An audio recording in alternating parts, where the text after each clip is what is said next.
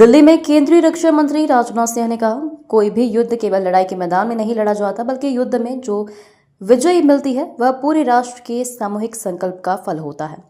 1965 के उस कठिन समय में जब चारों ओर अनिश्चितता और चुनौतियां थी, तब श्री लाल बहादुर शास्त्री जी की दृढ़ इच्छा शक्ति वाले नेतृत्व में देश ने उन चुनौतियों का सामना किया।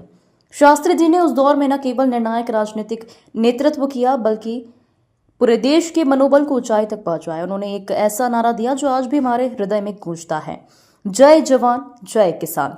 इस एक नारे में हमारे वीर सैनिकों के सम्मान के साथ साथ हमारे अन्नदाताओं का गौरव भी शामिल था। It is about the size of the heart.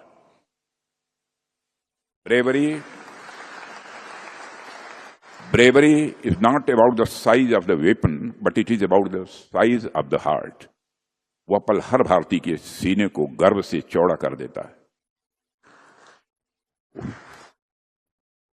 मेरे सम्मानित वेटरन्स, उनकी वीरता हमें सिखाती है कि कठिन से कठिन परिस्थितियों में साहस, संयम और देशभक्ति का संगम असंभव को भी संभव बना देता है।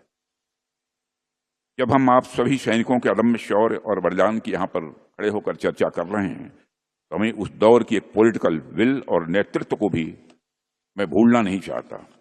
कोई भी युद्ध केवल बैटल फील्ड में ही नहीं लड़ा जाता, बल्कि युद्ध में जो विजय मिलती है वह पूरे राष्ट्र एक सामूहिक संकल्प का वह परिणाम होती है। 1965 के उस कठिन समय में जब चारों ओर अनिश्चितता और चुनौतियां थीं, तब श्री लाल बहादुर शास्त्री जी की दृढ़ इच्छा शक्ति वाले नेतृत्व ने देश में उन चुनौतियों का सामना किया। शास्त्री जी ने उस दौर में न केवल निर्णायक राजनीतिक नेतृत्व दिया, बल्कि पूरे देश के मनोबल को ऊंचाई तक उन्होंने पहुंचाया। उन्होंने एक ऐसा नारा दिया जो आज भी हमारे हृदय में गूंजता है, जय जवान जय किसान।